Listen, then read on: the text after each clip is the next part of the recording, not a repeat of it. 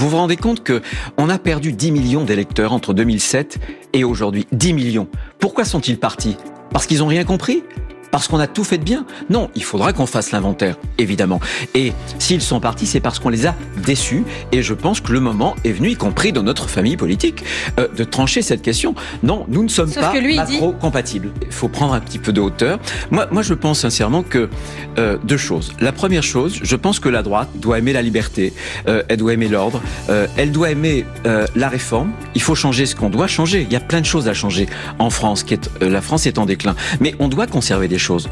Il faut qu'on transmette notre culture, nos repères. Et c'est les Français du bas qui nous demandent de préserver, de conserver le repère. Régis Debray, je termine là-dessus, avait une excellente phrase en disant: les gens riches, vous savez, ils tiennent toujours plus à leur carte de crédit qu'à leur carte d'identité.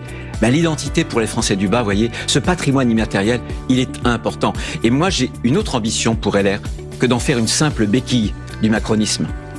J'ai une ambition d'en faire justement l'instrument d'une reconquête nationale. On l'a bien vu pendant toute l'interview d'hier, Emmanuel Macron est un libéral de gauche. Il a les mots de la droite en matière économique, mais il n'a que les mots, puisque son déficit, le projet de loi de programmation des finances publiques qu'il va nous proposer, font de la France le pays d'Europe le plus mal géré.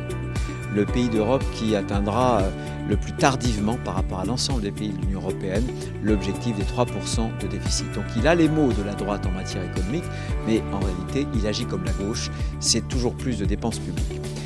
Simplement sur la partie régalienne, alors là il n'a même pas les mots de droite, puisqu'il n'arrive pas à établir le constat que font tous les Français entre une immigration massive, incontrôlée d'un côté, et de l'autre côté, la montée de l'insécurité. Il fait du Mélenchon dans la mesure où il n'accepte pas l'évidence et la réalité sur le plan régalien.